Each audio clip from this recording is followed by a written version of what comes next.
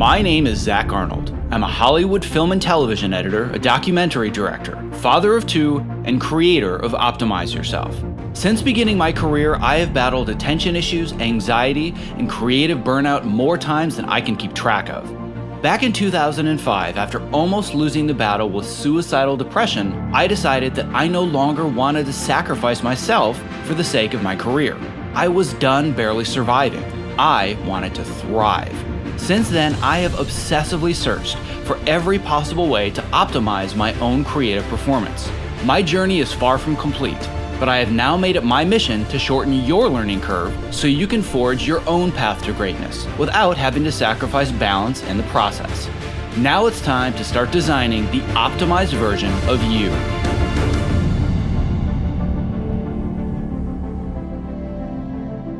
Hello and welcome to this bonus episode of the Optimize Yourself podcast. If you're a first-time listener, I am grateful to have you with me, and I appreciate you taking the time to focus on finding a little work-life balance and sanity in this crazy world that we live in. And if you're a long-time listener from my previous podcast, welcome to my brand new show. If you enjoy this program and you are inspired to learn more, I invite you to subscribe to this podcast in iTunes, Google Play, Stitcher, or whatever app you prefer, because I have tons of great guests, giveaways, and free training coming your way on a weekly basis. Visit optimizeyourself.me/subscribe for more info, or you can just subscribe directly in your app of choice. Today's bonus episode is an interview with Kit Perkins and Ryan Feeley, the CEO and CTO, respectively, of the company ErgoDriven. They're also the creators of the Topo Mat and the Topo Mat Mini, my number one product recommendations if you work at a height-adjustable workstation. Kit Perkins is a mechanical engineer by degree and a self-taught entrepreneur, growth hacker, and a web developer. Ryan Feeley has a PhD in mechanical engineering from UC Berkeley, and as a brilliant engineer and burgeoning scientist, Ryan leads product development at ErgoDriven. If you've listened to my show in the past, you know that I'm a raving fan of the Topo Mat, and I can't work a single day at my desk without it. And it is by far the number one product that my colleagues and friends recommend to others once they've tried it themselves. I literally spent years trying to find an anti-fatigue mat that I liked that helped reduce pain and fatigue in my legs, especially in my lower back, my calves, and my feet. I tried so many flat, ugly, and boring mats that never made any difference, but then I discovered the Topo Mat. It is simply a game changer, and in this episode, you're going to learn how it works, and more importantly, why sitting all day long is so detrimental to your health and your cognitive function. Okay, before jumping into today's episode, I have one last quick favor to ask, and taking just 2 minutes would mean the world to me and also help expose this program to more people that it can inspire.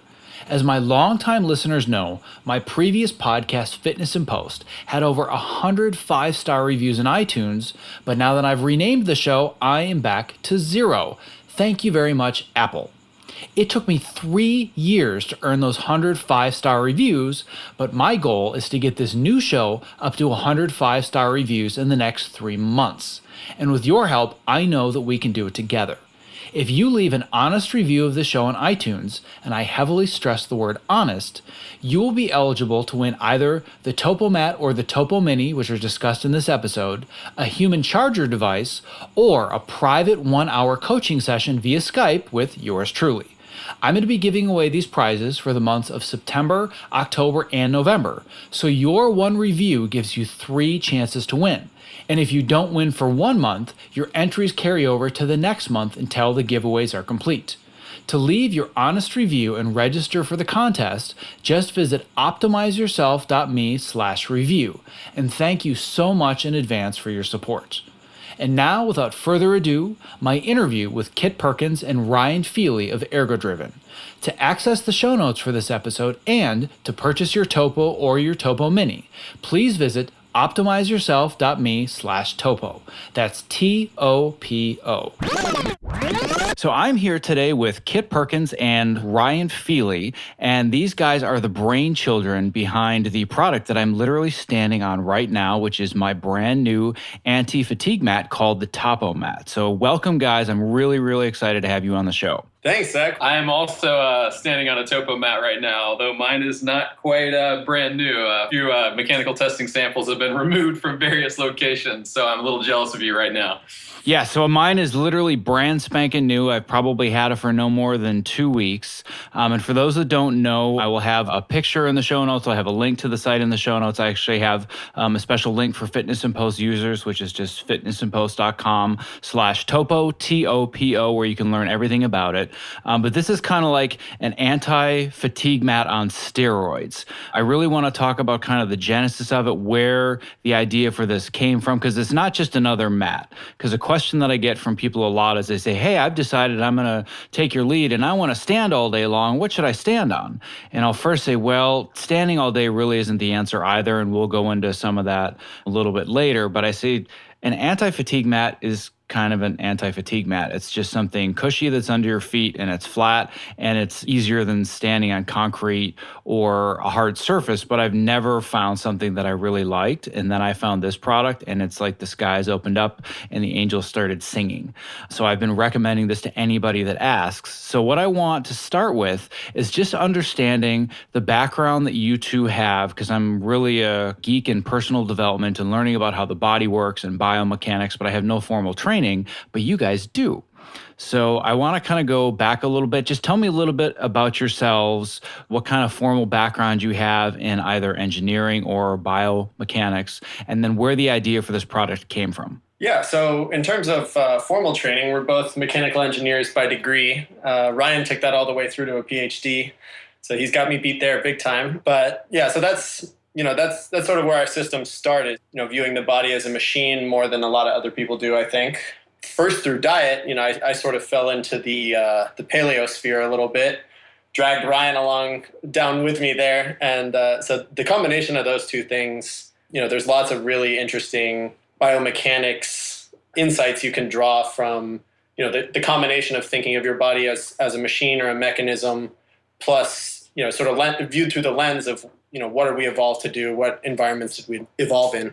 Yeah, like Kit said, I did take my studies in mechanical engineering all the way through to the PhD level and actually specialized in what is known as sort of control and dynamic systems, which sounds somewhat manipulative. And if you're flying around an Air Force plane or trying to shoot a missile out of the sky, I suppose it is. But what my big takeaway from that was just to look at systems as dynamic, always changing, and really systems. Pay attention to inputs, pay attention to outputs, and then really zero in on what's going on between those. And I think, Kit's right, looking at the body as a machine, and especially a machine that we can influence through our decisions, our choices, and our inputs through food, exercise, whatnot, really has sort of reinforced my view of what we're doing here. Well, one of the reasons that I wanted to really bring you guys on is that I'm a big believer in smaller companies that are really trying to change the world and make a difference.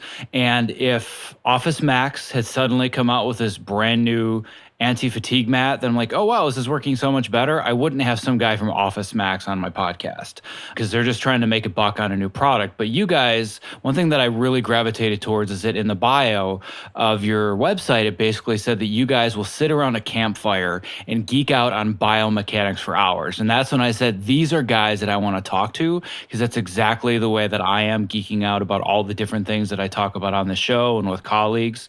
So just tell me a little bit about where the passion came from and what the instigator was to say, we can do this better and here's our idea. Yeah, so in general, I think the passion came mostly from that paleo angle. For me, it was just totally eye-opening for the first time to start thinking about what am I meant to do instead of, what is my body meant to do instead of just, doing what I've always done or what I see everyone else doing. So that was a big sort of paradigm shift for me that got me really excited.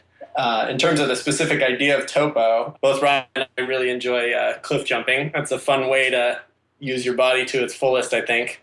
And Ryan can tell you a little bit about the trip where he came up with the idea for the first time. Yeah, so it was actually on a camping trip with a handful of friends over Labor Day weekend 2 years ago at a place south of San Jose in California called Arroyo Seco, which basically means dry, which is there was water in it, as Kit said. We were cliff jumping there.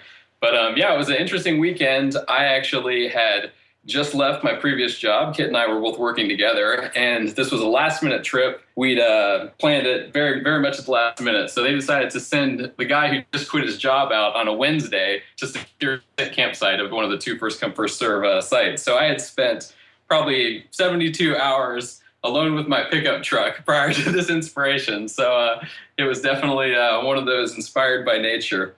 And I actually had a friend with us who had the 5-fingered shoes, and I had just converted to a standing desk, was just watching him sort of move over the terrain, climb over the rocks with those, barefoot shoes. And I really said, the standing desk is fun, but that's not really solving the fundamental issue here, which is getting the environment and getting the human being to align, much better. It's funny that you bring up the 5-finger Vibrams, because guess what I'm wearing standing on my Topo Mat? I'm wearing 5-finger Vibrams. I mean, that's what I wear all day, every day now because of all the issues I've had chronically standing, which gives you just as many issues as you have chronically sitting. And that was one of the inspirations that I had, was trying to find a way to just have more natural movement the way that my body was designed. So that's a little tangential, but I wanted to make sure I noted that I'm actually wearing a pair of those right now, and people make fun of me for them all the time. So carry on. Nice. Well, yeah, so I can tell you around our workspace, both Ryan and I are barefoot pretty much 100% of the time. We certainly don't make fun of each other for it, but we have when we were shooting a promo video for Topo, we had some footage of Ryan barefoot. We sent it to a bunch of people to review the footage, give us feedback, before the pre-order campaign. And the overwhelming feedback was that Ryan's feet were kind of off-putting. So maybe we should have invested in some Vibram 5-finger shoes for that video. Yeah, when we shoot the video for the next product, we can definitely cover up this birthday suit of 5 toes on mine end, at least. I don't want to speak for Ryan too much, but I think the big insight there is, right, especially that immediate juxtaposition of we had been working a lot, had been in the office a ton, and the best, most natural thing we were doing was working at standing desks. And then just right away out in nature, Ryan sees joints ambulating, full range of motion, applying force in all sorts of different directions, changing with your balance on the fly, jumping rock to rock. And it's just such a strong juxtaposition that it's so obvious to say, well, wait a minute, why is everything flat in the office?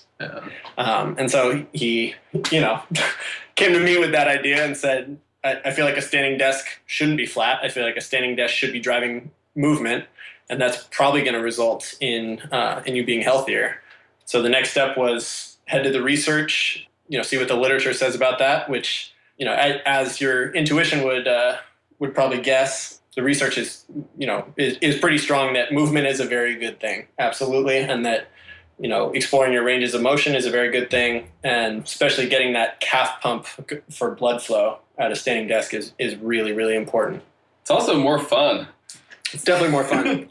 Yeah, I can definitely attest to that. Like, even now, just as you guys are talking, I'm going back and forth and moving my feet around. And the best, most scientific explanation I give people is I say, well, I'm more fidgety when I have the mat.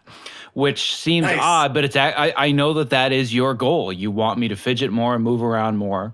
My journey, and I've talked about this on the show before, is that I decided to go to a standing workstation about 8 years ago, and I went full on, jumped right into it, and thought, okay, well, I'm standing now, so I'm healthy. I'm not sitting anymore, so all is good. And then all of a sudden I started having all these new health issues it was just like the problems were moving. They were migrating. Used to be all lower back and, tension in the hips. And now I was having issues in the shins, issues with my calves, a lot of issues with the arches in my feet. So I started going to podiatrists, trying to figure out what was going on. And I realized that I couldn't be standing all day the way that I was sitting all day. And that's when I got a height adjustable workstation and started sitting and standing and moving back and forth. And I've since migrated to having a treadmill workstation. But even that is not the answer, because it's still the same repetitive motion, creating the same loads on your body throughout the day. which is one of the really cool things about this Topo Mat, is that you just kind of move around all day long in these different positions, and it is varying terrain. And it's not like this giant rock or something. It's still a fairly flat mat, but it has different levels on it. So talk a little bit about the research phase and how you guys actually came to design the product as it is today. So it definitely went in stages for us. So as engineers, we're big on what we call, or what engineers call, first principles, which early on in that process, you want to define the problem really clearly. So it was really important for us to say, okay, well, so if the default is sitting, what are the problems there? And if the sort of first solution that's exercised is standing, what are the problems there? So starting with sitting, I'm sure you've seen all these articles. I'm sure the listeners have seen all these articles about, sitting is the new smoking, right? Sitting contributes to, sooner, like overall mortality, right? Shortens your life, essentially. So we wanted to learn a little bit about why there. I think probably we should dive into that one separately. But we were able to more or less confirm sitting's a bad thing. Sitting all day long, not a good idea. And then, so that if the first pass solution is standing, what's wrong there? Because we had definitely talked to plenty of people who weren't really happy with that solution, sort of similar stories to yours. And so looking into the research there, we found some health problems actually increased with standing, especially really, really stationary standers like cashiers or card dealers at casinos. You see stuff in the literature about deep vein thrombosis. It's a common one with blood pooling issues in your calves. And that blood pooling ended up being a big deal. And actually, it's part of a series we contributed to on quitting sitting, which we can put links in the show notes. But we have vascular hemodynamics for dummies and how is sitting bad for you. And that covers some of the new stuff we found in the research phase, and actually a hypothesis of our own, which is that what's really bad about sitting, what really causes an increase in heart disease risk and cancer risk and obesity and diabetes, all those really serious issues, actually originates from a blood flow issue, and that standing still has the same blood flow issue. So for us, it was really important to say, how do we address that blood flow issue? And the way to address it is movement. And so we set out to make you move. And actually early in the process, at first we thought we had to move the floor to make you move. So Ryan can tell you about our first couple prototypes there. Yeah, so we did. We moved the floor. I guess that's the first thing mechanical engineers are going to do when they say the problem is everyone's standing too still. So we made a couple different prototypes. This is definitely two guys in the startup prototype. So we're talking PVC pipe, plywood, motors from eBay that were from the last decade technology or whatever. But we did actually come up with a few different variations on moving the floor. Realized it was very important to actuate the legs independently, and I think that was part of the blood flow issue and engaging sort of the calf pump that we sort of just discovered empirically, which was that the independent motion of the limbs is very, very important with respect to increasing motion in the joints. The prototypes are probably still around on the web if someone looks very, very hard, but we're a little embarrassed about all of them right now. Actually, if you want to see them, you can go to topoblog, all one word, .ergodriven.com. That's actually, they're kind of fun to look at. The most recent prototype used a windshield wiper motor to actuate your feet independently. Wow. I want one of those prototypes. That sounds like fun. Yeah, it sounds like fun, but it's nowhere near as cool as Topo. Just having these features on the ground, the calculated terrain features, engages your brain and actually causes you to move more without even thinking about it, which is awesome. Because, when you're actuating with motors and you need linkages and hinges, the motion's really constrained, right? Because every degree of freedom you add adds a ton more cost to the product. And, obviously we don't want to be, we want the solution to be accessible, right? And we want this under every desk. And if you're selling some machinery for $1,000, that's never going to happen. So what I really like about static solution like Topo is that you can have all this awesome geometry, all these curves and contours that really explore your range of motion without having to worry about motors that run in each dimension and stuff. And as you can see, you were attesting to the fact that you fidget like crazy on Topo. And that's right. You get all the movement that we were originally hoping for, and actually more, without having any motors in there. It's actually a much nicer experience. Yeah, certainly. The body already has all those mechanical degrees of freedom in it. You just have to sort of give you a place to put your limbs, and it'll do itself. Right. So then what was the aha moment where you suddenly realized, well, duh, we just need to do this, that, and the other thing? And how did you get from there to the point that you now have this product that was on Kickstarter and is now available publicly? Yeah, so we were having issues with how can we get the cost down so, this product's accessible? How can we get more degrees of freedom in there, everything? Finally, we said, we don't even need motors. We'll just put all the features there that we would want you to have, and then we'll put a little vibrating motor in there that just vibrates. It'll sense when you don't move very much, and if you don't move for too long, it'll vibrate and remind you to move. And so we were in the process of building that, and we made these mats that were looked similar to Topo, and started testing them without the vibration motor, as a first step, and we just moved like crazy on them. And so we said, oh, wow, we don't even need to bother you and distract you with a vibration motor because you're already jumping all over this thing. And actually, you can see, as part of our testing there, we instrumented the floor under Topo and under a flat mat and tracked how much standers moved on Topo and on a flat mat. And we actually have a video of that online if you're interested. It's bit.ly/VISOTOPO, Visotopo. Awesome. I'll definitely put a link to that in the show notes. Yeah, great. But as Kit described, it's basically just a data visualization exercise where we instrumented the floor underneath the flat mat, and with various sensors, we could figure out exactly where people were standing, what their weight distribution was, how often they moved around, et cetera, et cetera. And we did the same thing for Topo, and the results were really, really compelling. We'd already felt it, but I guess we wanted to have that empirical validation, and it definitely came through for us.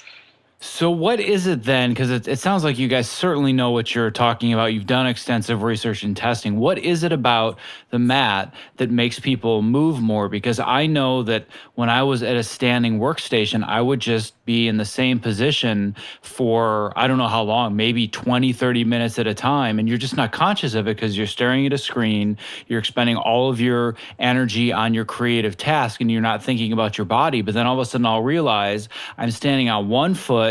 My hip is jutted out to the side. I'm really crooked. Like any chiropractor or anybody that knows something about posture would literally cringe looking at the way I'm standing. And that's very, very common for people that stand. So what is it specifically about the design of this mat that makes me fidget and makes me not get in these horrible positions? So I think there are probably two aspects to that. One is just the conventional anti-fatigue mat aspects of Topo already, which is that the surface is somewhat deformable. It doesn't have like that sort of self-centering effect that hard ground would have that just sort of tends to lock you in place. So there's a little bit of a sort of not really instability, but flexibility in the interface with your feet in the ground on Topo, which that already creates that sort of motivation to maybe assume a different posture. But then beyond that, you've got that second level effect where your next step is sort of more interesting than the last one because it's new. It's a new position. Your joints are in a different place. The blood flows better. And that process just becomes sort of self-reinforcing. It becomes almost a habit, really, where you have this anti-fatigue mat. It causes you to move a little bit more. But then you have these features that are available to really take that process to the next level. And at a certain point, that just becomes sort of a self-reinforcing behavior. The body craves movement. You give children a playground and they will play. And you see the same phenomenon under your feet on the Topo mat. Yeah, literally the whole time that we've been having this podcast, I'm rocking back and forth and stretching out my calves. And I don't usually do that. It's not like it's a habit that I've always had. I actually I don't like recording podcasts from, I guess, a health perspective because it's one of the few times where I'm standing, but I feel like I'm in a fixed position because I can't move up and down. A lot of times I'll do stretching or whatnot, but when I'm recording a podcast, I'm kind of stuck there in front of the mic.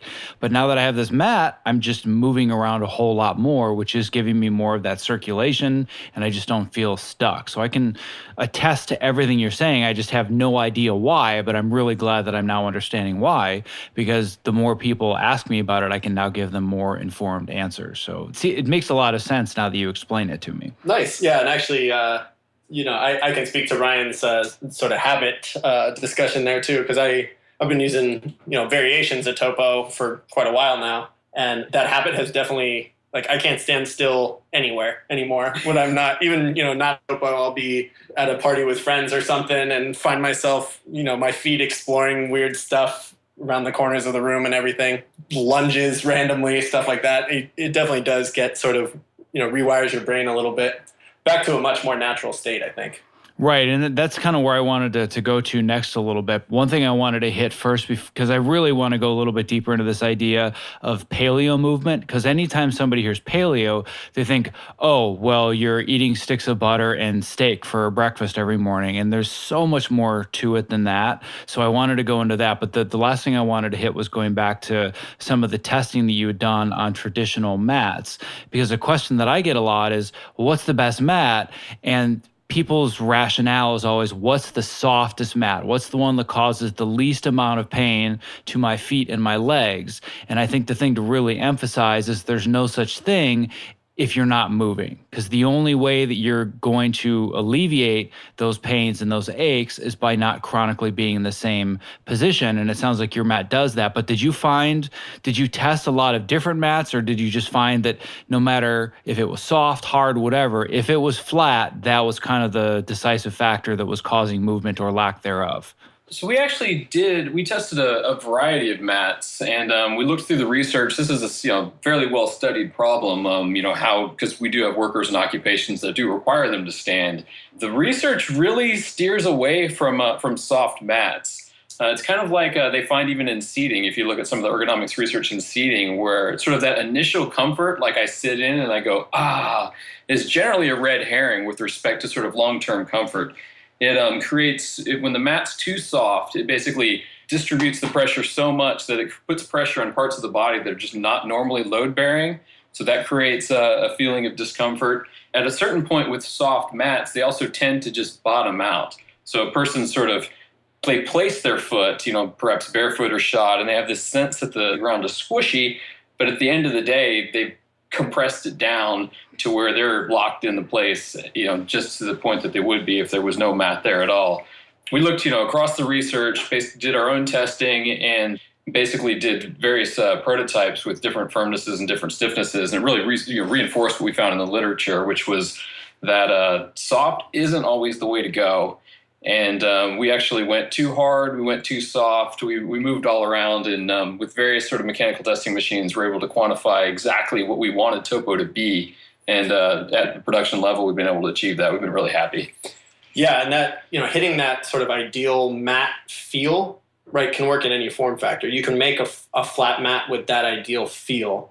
And what that delivers is, it delivers on this sort of micro movements idea, right? The mat's supportive enough, still puts you unstable enough that your body's correcting with these micro movements. What we deliver well and above a perfect flat mat, that's the ideal flat mat, is really delivering these micro movements. But Topo gives you these macro movements too, right? It has, just by virtue of not being flat, has features that allow you to really hit your full range of motion on your joints and your tissues, right? And having those features, as we discussed with this sort of playground habit, it actually encourages you to move more. It drives you to move more. Well, one thing that I find that I've been doing for the last 25 minutes now is either doing calf stretches where I can use the little lip on the back of it. I don't know if there's a more formal term for it, but just kind of that ridge that makes up the back of it. I'll do calf stretches where my feet are flexed and I'm kind of standing forwards. And now I'm flexing my toes on the little front ridge that you have. Those are things I never used to do before. And you guys were talking, I'm like, oh, look, I'm stretching my toes out right now. Didn't even realize it. Right. Yeah, certainly. In fact, we even made a small adjustment to those front corners between the first and second mold to make it a little easier to sort of wrap your toes around those areas and do that sort of thing. So yeah, this is definitely an over-engineered product in the sense that we obsessed over every detail, but I think we're really happy with the result that we came up with. I love those front corners too. For me, I find that they're just perfect for me to just wrap my toes around. It's really fun. So the question that I have for you now, which will sound very random, and it really isn't. This is a question that my assistant brought up today because she used it today for the first time, and I wanted to see what her reaction was before our call. And she's like, "So what's with the bubble in the middle? What am I supposed to do with that? Is that like a button or something?" So talk to me about the little ridge or the little kind of half sphere in the middle. Yeah, so we normally call that the teardrop. I really like that it sort of conforms to my arch. So if I put one foot on it, I feel like it sort of supports through the whole arch there. Support's probably the wrong word. I enjoy sort of massaging my feet a little bit with Topo, and I like that I can hit my arch sort of uniformly there. And I like that it breaks up this big flat neutral area, so it makes sure you can't end up stuck there and just shuffling around a little bit and avoiding the good parts. Yeah, certainly. Yeah, we call the flat portion the sort of neutral area, and by breaking that up with that ridge in the center, if you do sort of assume a fairly static posture, you quickly will sort of bump into that, and your subconscious mind is reminded, oh yeah, there are better ways to do this. And another thing that I like to do there is basically just put the forefoot of one foot there and just really roll an ankle around and that sort of thing. So we had sort of various, you called them fidgets, and we've used the same word. We call them healthy fidgets that we sort of wanted to encourage. So we basically said, okay, this is a good motion. How can we work that into the geometry? Oh, this is a good motion. How can we work that into the geometry? So yeah, it was inspired by the arch of the foot and the idea that we would be able to roll the ankle around, give people sort of full range of motion there, and then also just break up that neutral surface. It's hard to say flat is bad if you have 2 square feet of flat right in the center of your mat. Right. I mean, a lot of your lower body ranges of motion at different joints are circular in XY. So it makes sense to have a circular-ish feature to facilitate those movements. Yeah, and one thing that I like about it too, that I've kind of adapted it a little bit, is I like that this will sound odd, but it's almost kind of like it's like a shallow pool where it has borders all the way around, which means that what I've done is I now have a lacrosse ball sitting inside of that border, and I will just roll my bare feet on top of the lacrosse ball. So if I want to really go to the next level with a ridge or something that's harder to really kind of dig into the deeper tissues in the foot, I have the lacrosse ball, but I couldn't do that because it would always roll away. And now I have this nice little neat border where the lacrosse ball doesn't roll away anymore, and it just sits inside the mat, and I love being able to do that. Nice. Yeah, we've heard from some customers that they use sand or gravel or even river rocks in that area too, and that they like that it sort of fences it in. Yeah, I actually have some river rocks. They're not on my Topo right now. They're just in front of it. I moved them to the side for this call. But yeah, I have a few just just round pebble river rocks that I play with on mine personally. And yeah, that does just sort of fence them in. It serves as a little boundary.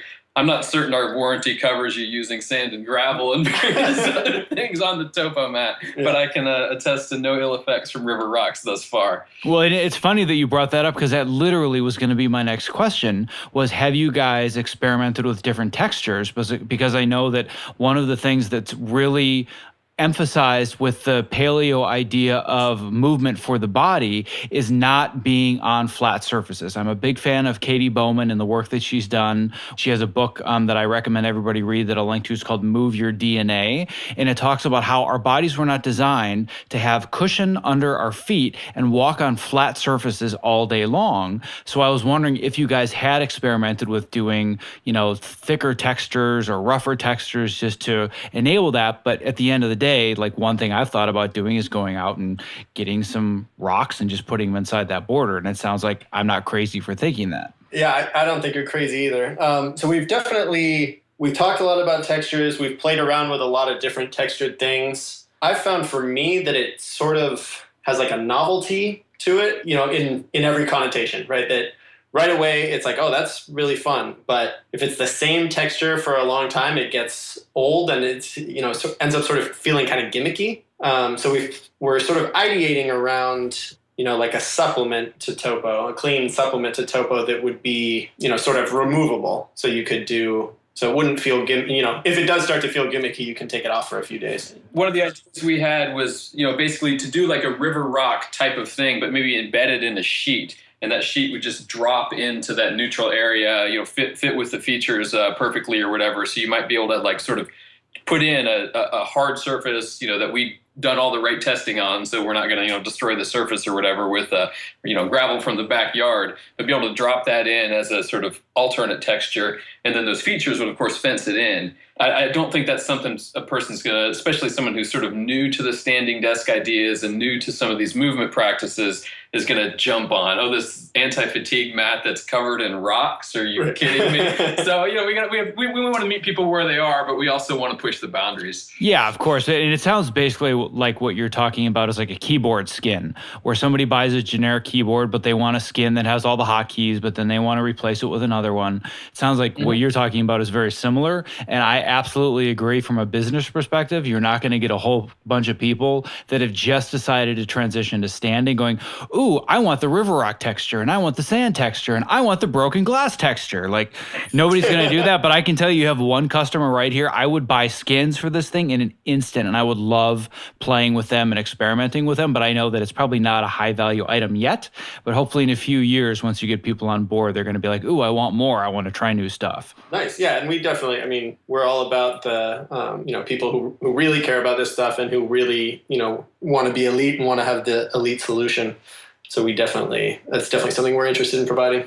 Yeah, so you guys had meant this will be transitioning a little bit, but you had mentioned that you've done a lot of research into, the history of biomechanics and sitting and standing. And one thing that I want to bring up that you guys can probably expand on more than I can because I don't have the background that you do, but it's not like standing is all of a sudden this brand new thing. And it's like, oh, wait, standing is causing health issues? The reason that people started sitting all day long is because there are decades of documented research about all of the problems that come with standing all day, from the Industrial Revolution and people being on assembly lines, and there are still people in jobs that they stand all day long. So I really want to emphasize again that standing is not this brand new thing. We were standing as a culture, and it was causing all kinds of health issues, and that's why we started sitting. Yeah, so I would argue that sitting is the new thing, certainly. I think we evolved standing, squatting, laying down, walking, running, jumping, right? But we certainly didn't evolve sitting. You don't find, right, fossilized chairs in the record.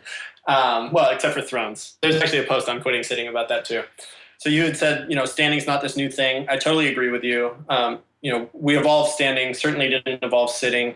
Sitting definitely came around, more in the Industrial Revolution or the tail end of the agricultural revolution.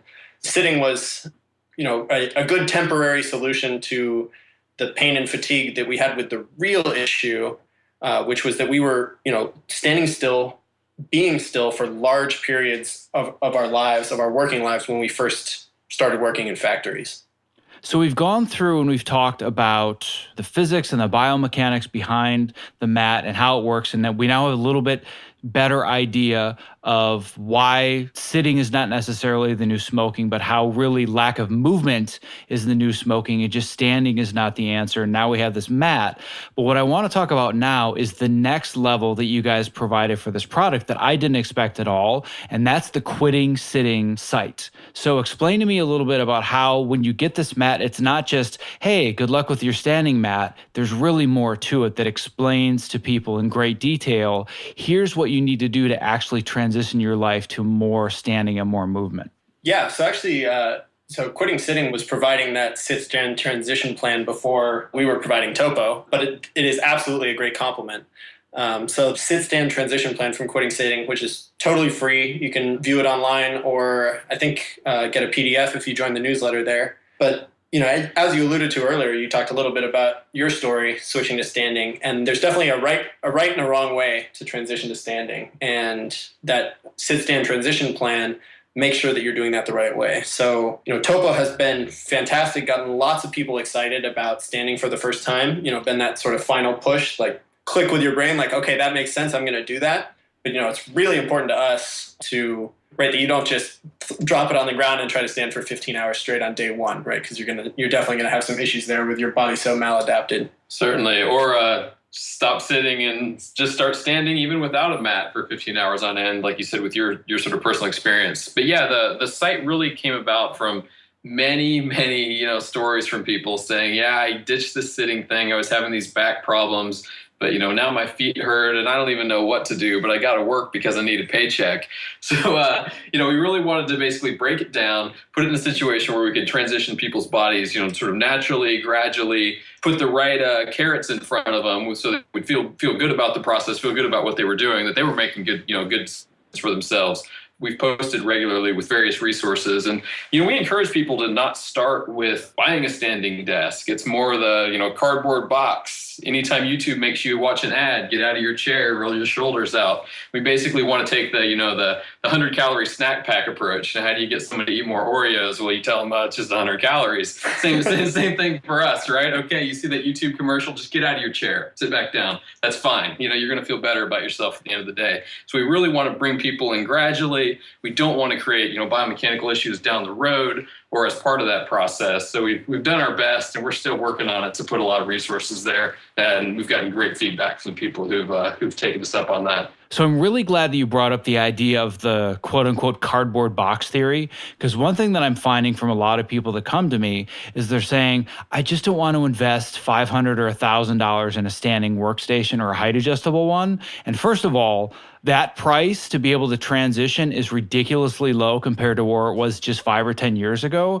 For me to get a height adjustable workstation when I bought one 8 years ago was $3,000. And that was cheap. So when people are saying, oh God, IKEA has one, but it's like $350. I don't know if I want to invest in it. I'm just like, are you crazy? That's a tenth of the price that I was willing to pay to invest in my health. And I only wish that I had these options available now. But now I have 2 standing workstations, so I don't need one anymore. But I love this idea that you're just saying, just modify the workstation you have to start. Because what I find from so many people that don't take the all or nothing approach, that just say, well, I'm just going to try it. I'll get a couple of cardboard boxes or, get some Apple boxes, whatever it is. But people modify their workstation for an afternoon and they'll try it and they'll say, wow, I felt so much more engaged and I wasn't quite as foggy and I just felt more energetic. But then the flip side of that is the people that say, I bought a standing workstation. I didn't even want it adjustable because I never want to sit again. And I'm miserable and I hate it. And I'm never going back and standing just doesn't work. So I love that you've taken the middle ground approach, which is kind of that easing into it. And that's why I think the quitting sitting site is so useful, because it really gives people a nice, simple baby steps roadmap to transitioning to a more movement-based and standing-based workstation. Yeah, absolutely. And I would, I love cardboard boxes. That was my standing desk for the first year.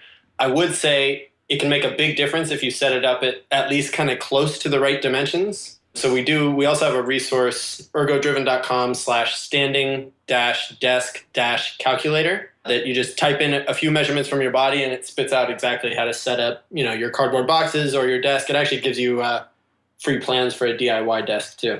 Yeah, and that's great. And the other thing that you have that was like the holy grail to me is you have a directory of all the standing desks that are available, which I have not been able to find anywhere. And you guys made it, and it's free. Yup.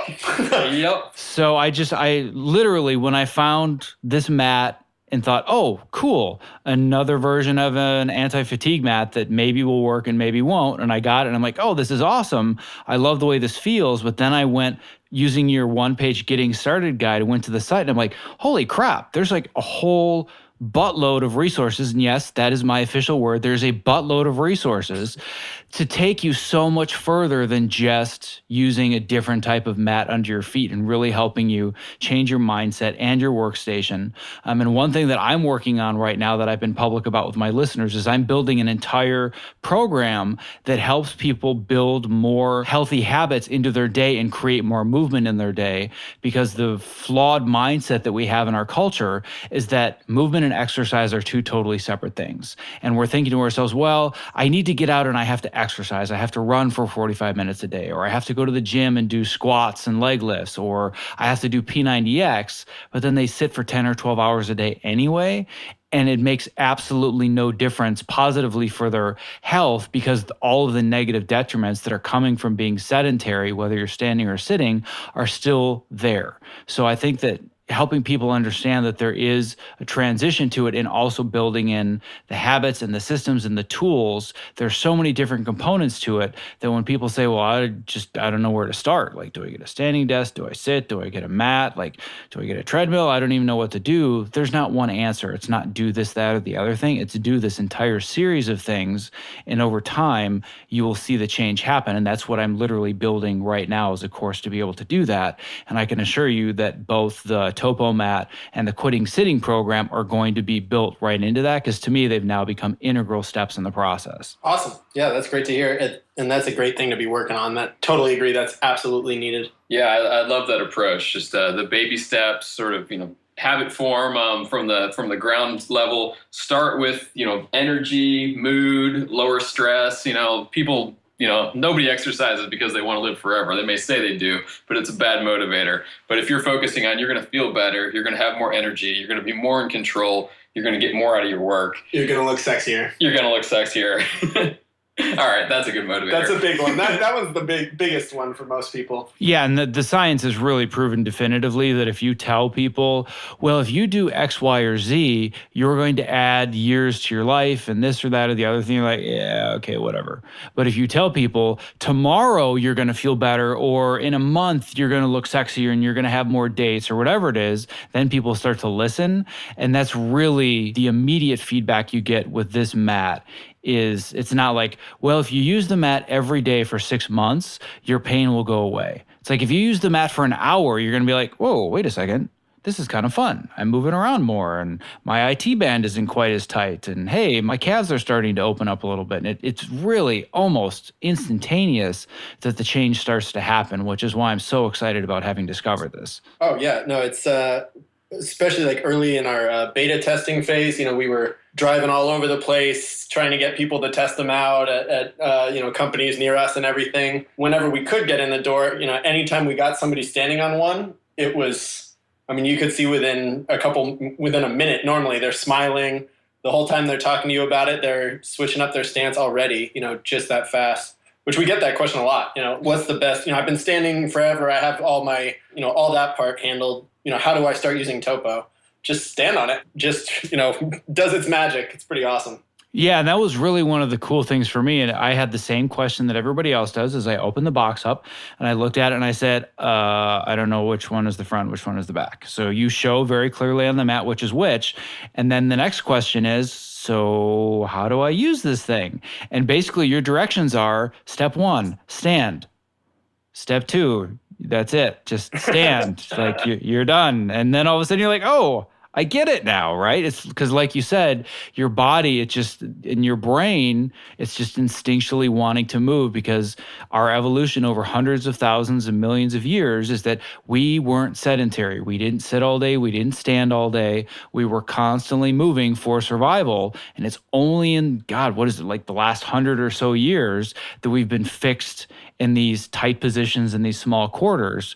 So really, on a percentage basis, the movement patterns that we have now are so infinitesimally small compared to the way that our bodies have moved for basically all of time. Oh, yeah. And it's, our bodies literally require movement. Like we found in some of the older literature that they refer to your calves as your peripheral heart. When you're standing upright or seated, when gravity is driving blood to your calves, you literally need the action of your calves to get your blood back up to your heart. So it's, that movement is absolutely essential to human health. The research would say that the human is not fully adapted yet to this sort of standing posture that we've assumed. A horse can stand on its feet all day, not move, no problem. It has the equipment to handle that. Human being does not. We're in a transitional phase, and we have been making that transition with the background of motion, activity, energy, et cetera, and we can't just take all that away and expect the roof not to cave in. Right. Well, I don't think I could have capped it off better myself than to say that the human being is meant to move. So I'm probably going to leave it there. I don't want to take up any more of your time than I need to, but I want to give the audience just a tremendously powerful call to action, which is that If you are sedentary all day long and you're sitting all day, or if you're even to the point where you've transitioned and you're standing all day, neither of them are the answer. You need to move more.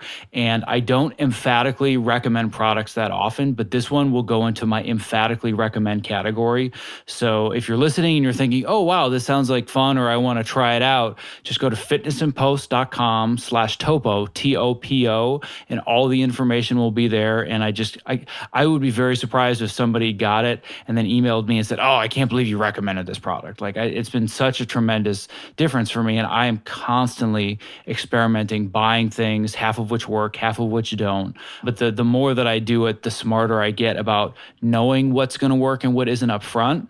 And I remember when you guys had your Kickstarter campaign saying, ooh, this looks like something I would be really interested in, but I found it after the campaign was closed, and I was really angry about it. I'm like, oh man, I so would have bought one of these in the Kickstarter had I found it in time, but I found it like a month or two after it was over.